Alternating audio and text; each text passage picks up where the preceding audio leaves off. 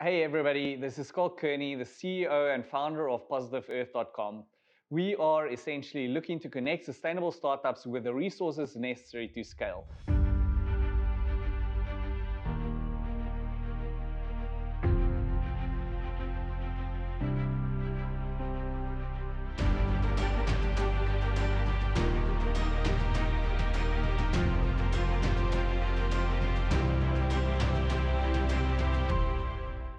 Brett, welcome to the Be Different show. We are so happy to have you and very interested to learn today what you guys have been up to. Brett, you guys are in the biotech space and you're developing some interesting technology there. Tell us a bit about Mzansi Meet and how you guys started. Yeah, Scott, thanks very much. And thanks to Positive Earth for putting this together and having us on. I'm really excited to be here and just to sort of share our story and talk about what we're up to. So my name's Brett Thompson. I'm the co-founder and CEO of Mzansi Meet Co. And Mzansi Meet Co is a company based out of Cape Town, South Africa, that is cultivating meat in Africa. So essentially what we're doing is taking cells from an animal, and instead of that animal needing to grow up and be slaughtered for its meat, we are replicating the growth of the growth of that meat outside of the animal, and then harvesting those cells instead of the animal for protein. That's incredible. So you're ultimately growing meat from stem cells. That is incredible. So, what can you tell us a little bit about this technology? How new is it? What's happening in the rest of the world? You're pioneering this bio company out of Africa, essentially. What does this landscape look like? This has been happening for quite a while. I think Winston Churchill first popularized it in the 30s. He said, "Why do we grow entire chicken when we just should be growing the breast?" It became sort of a reality later. There's a few Dutch scientists who kind of started making it from almost the science fiction into reality. And so that was like your 80s and your 90s. And then in around 2013, Mark Post was the first to go and make a burger outside of an animal. And that was released to the public in 2013 at a nice event in London, but that burger was $250,000. So in the space of 10 years, the biggest thing that we've had to look at is how do you bring those prices down? And what's happened since 2013 is it went from being about 3 or 4 companies doing this around the world to now there's about 75 to 100 companies within the biotech or food tech space. Some are focused like us on B2C, where we want to bring a product to the market, to the consumer, but others are focused within individual ingredients along the way to actually go ahead and specialize and grow meat and ultimately bring that price down. So how did you get involved in this?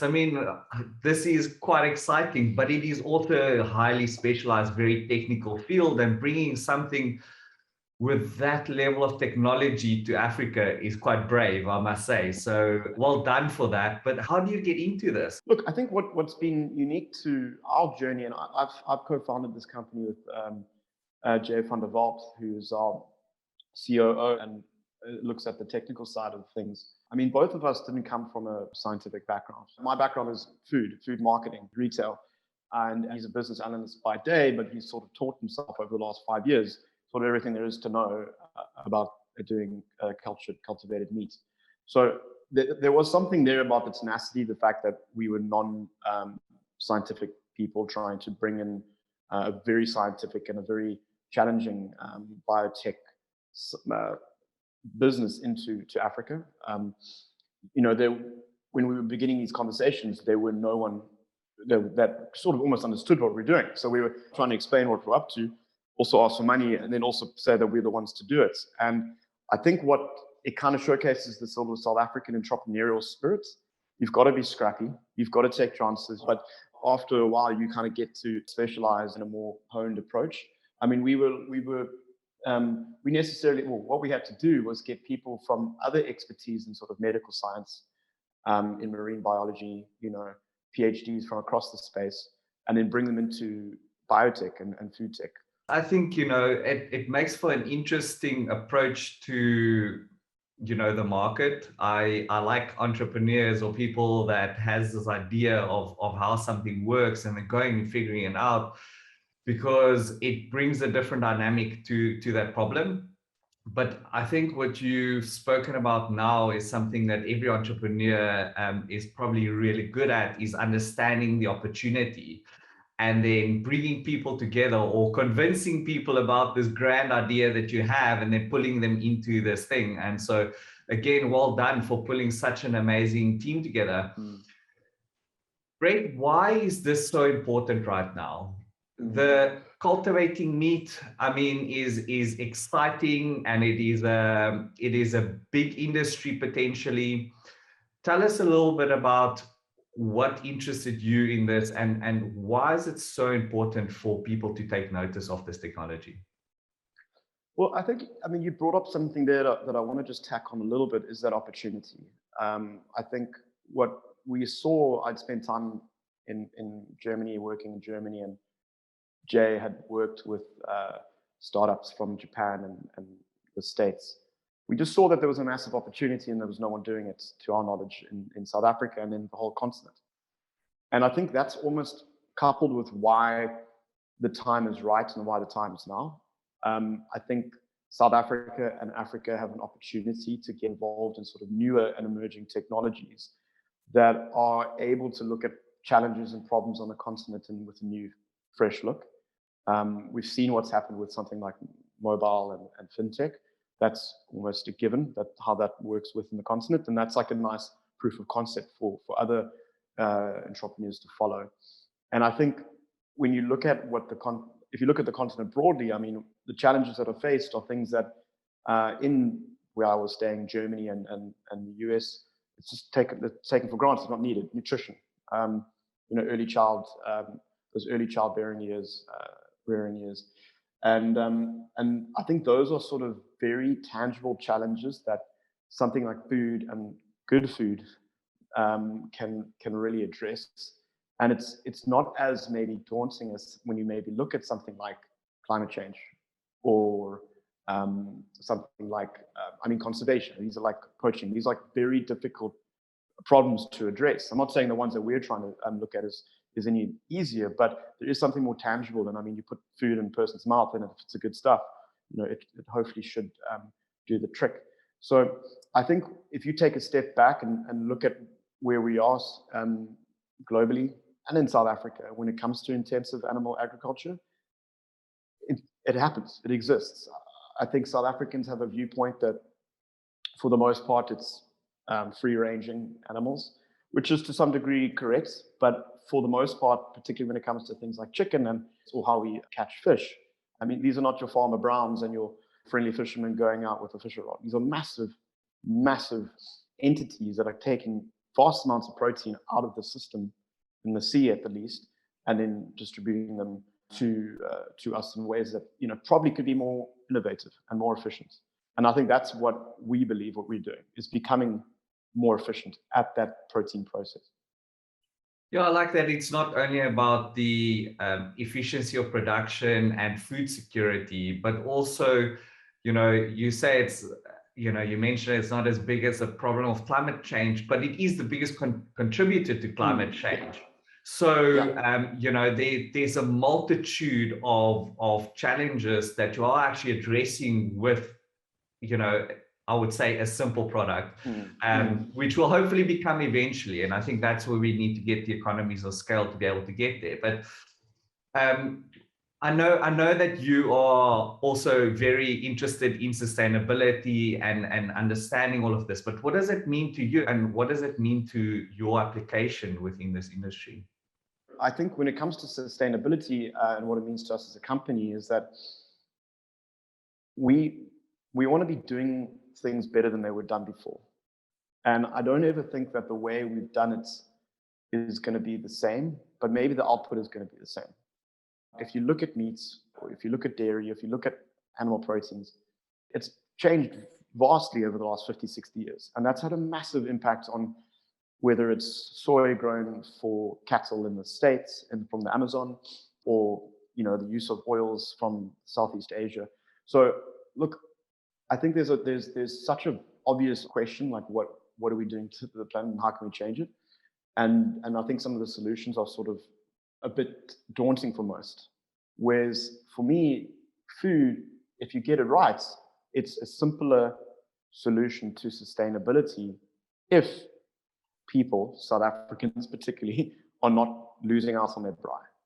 I think that from us is like the key component, because people for 20, 30, 40 years, or as long as industrialized agriculture have existed, has said, look, we need to be more sustainable. And they try to provide an alternative. And for us, it's about showcasing the fact that you can have your meat and eat it too.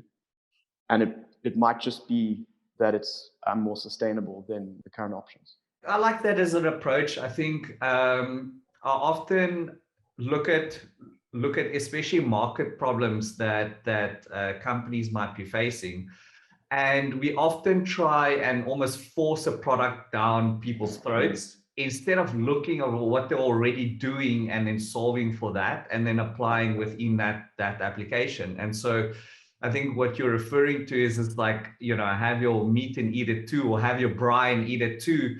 There is an opportunity for us to enjoy guilt-free meat, right? This is such a huge opportunity because there is massive value in meat protein, and there is a lot of controversy always around various different things. But I think that the care for the animal is a big challenge for people to consume meat. And if that is removed from the equation, it's going to become very interesting landscape. Yeah. Brett, what are you guys doing? What are you working on at the moment? What are some of the milestones that you guys are looking to achieve at the moment? I've been saying for as long as I've been doing this for 10 years, working in animal advocacy and promotion of alternative proteins. And my argument has always been that the cost of compassion is too high. So those choices, to make compassionate choices, are too difficult and too high. I mean, we shop on price, taste, and convenience, and then the other component, I think, is culture. The job of the entrepreneur now is to meet, excuse the pun, but to meet consumers where they're at, and then provide a more compassionate, sustainable, ethically conscious choice. The conscious choice, but without you having to go find the back end of the store and pick up the lentils that you wanted to get. So yeah, availability, so right? Exactly, that's it. So it's availability and finding people where they are, not trying to always, guilt trip folks into making those decisions. And I think that was needed. I think it's now sort of like swung too far, and I think we need to kind of course correct a little bit and actually just start providing. Look, we've been speaking about doing the right thing for the last, 50 years. Let's start providing the right thing, and just make it easier to do it. We started March 2020, so it's just over a year ago. And what we first did, and I think this might just be interesting to other entrepreneurs, and hopefully, please reach out, because there's a lot of options and opportunities in the space. In South Africa, we want to be kind of growing this ecosystem, not just growing a company. We want to be bringing more people in to kind of make this. I mean, we need the economies of scale. We just need more companies, to be honest. So that first 6 months was all about doing the fundraising, getting into the lab, finding scientists from Wits, Stellenbosch, UCT, some PhDs, popping them together. And so in that interim, we've been able to produce what we would call a proof of concept. So we've been able to take a sample of cells, which is a couple of thousand, and what we're trying to get them is into the trillions, and that's where you get your burger patty.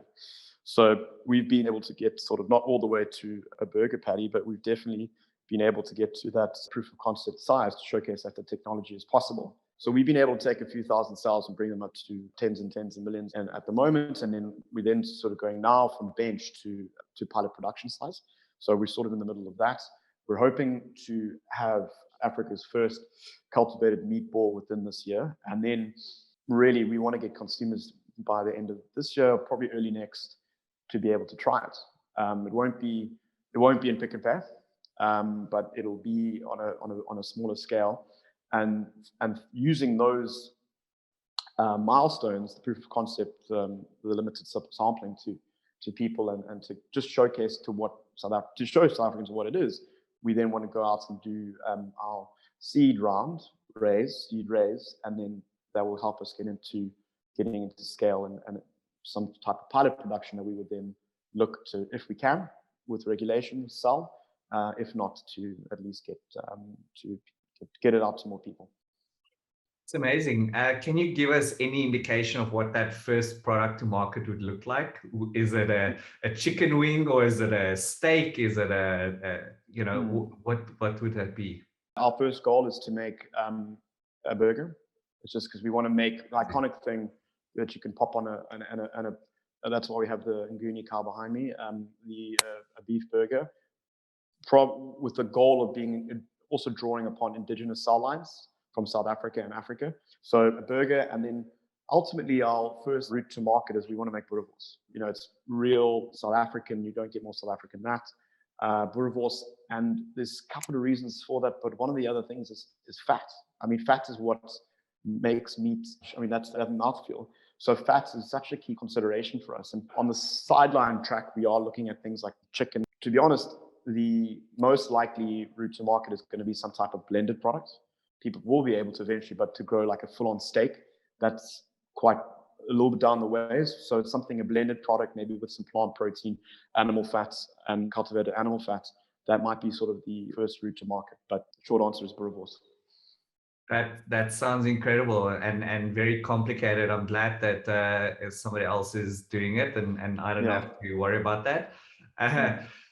Brett, you mentioned your funding round or your seed round coming up. You've just closed the pre-seed round. Can you tell us a bit more about that? And then also, I think just for other founders out there, what was it that you were looking for in your investor stack, if I may call it that?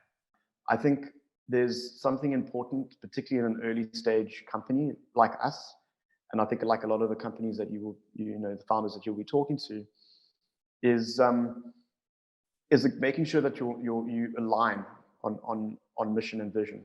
And for us, it wasn't them being vegan.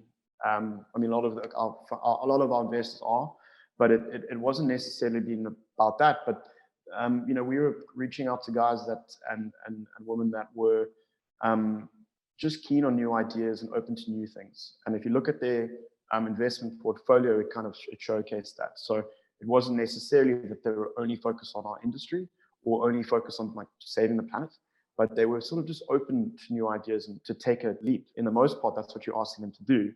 We're an incubator in BioCity at the moment. So there are a few of these opportunities available. I think people need to realize that there is capital and funding starting to come out of South Africa in new exciting opportunities.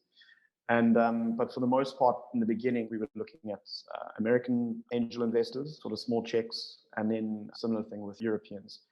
Your Americans are throwing checks left, right, and center. Your Europeans are a bit more conservative, a lot more conservative. You'll have a lot of due diligence. A lot of due diligence. We once had a call, and it was one of the better ones we ever had. Was with a group of angel investors from Germany, and 2-hour discussion. It was a long call, and then you have a chat with an American from the Bay Area, and they're like, after 8 minutes, they're like, okay, cool, let's the money's on its way, let's actually start talking business. We've got some fantastic investors at the moment. Not at the moment, but continuing. I think where in the beginning it was difficult, but when we got a gentleman by the name of Ryan Bethencourt, who's from he's a prolific investor within the space in biotech. He gave us a small check, but it was almost his sort of brand and his influence and spread that kind of got us going. And the South Africans in the beginning were, as I said, we were trying to convince Americans to invest in South Africa and trying to convince South Africans to invest in Salag. So it was quite a dual communication strategy that we were trying to get right, and eventually it did work. And the South African investor Jan Bassini came in as well, and he kind of just opened it up for us a lot and really just was excited about what we're doing. I think interesting 3 things that you've mentioned that I just want to spotlight is that the one is having an anchor investor is quite important because that person also brings a certain level of kind of authority to your fundraising journey.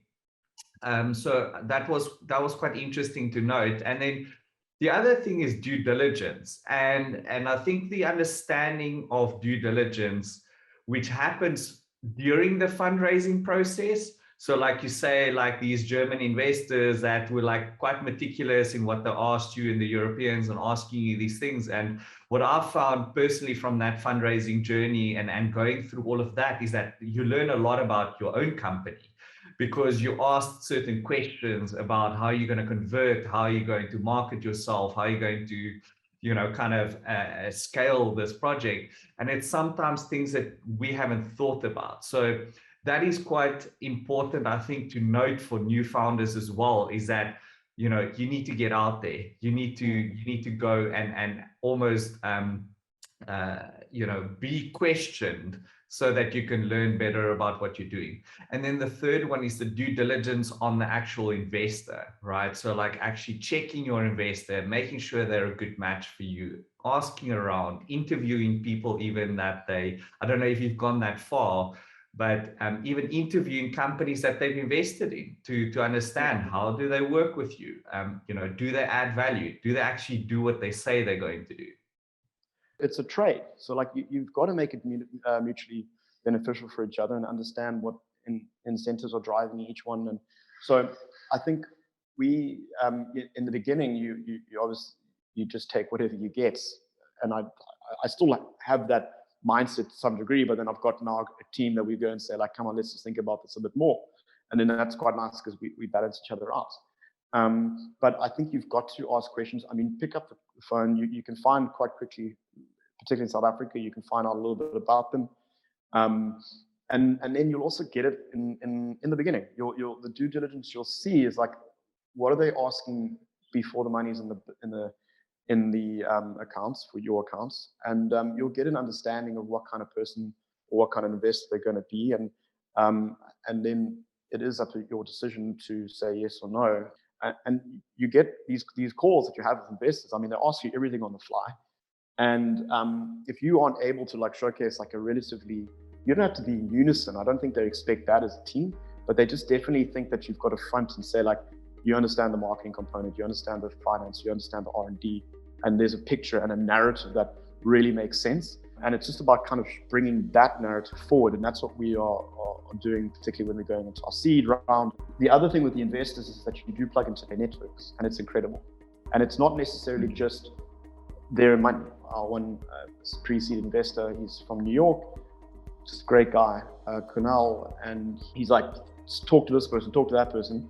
Then you're really getting to meet other people and getting insight into other avenues. They've got expertise that bring into your business, and it's free, that you can't afford as a startup or a founder, because you're trying to focus on product all the time. I'm not just saying this. We are so lucky with the people that we've got on board. I mean, it's through hard work, and I just really encourage founders to just really do your own due diligence and expect that it's coming back. They're going to ask you tons of questions, and they're giving you money. They deserve to ask questions, and you're giving them something that you believe is going to change the world, like we do. So you deserve to ask questions back. And I think that relationship can really just amplify and take you to the next level. I think that summarizes it quite nicely. I think I'm going to end it there, because I think that people, especially new founders, need to hear that and kind of sit with that, because the value of investor is not only money.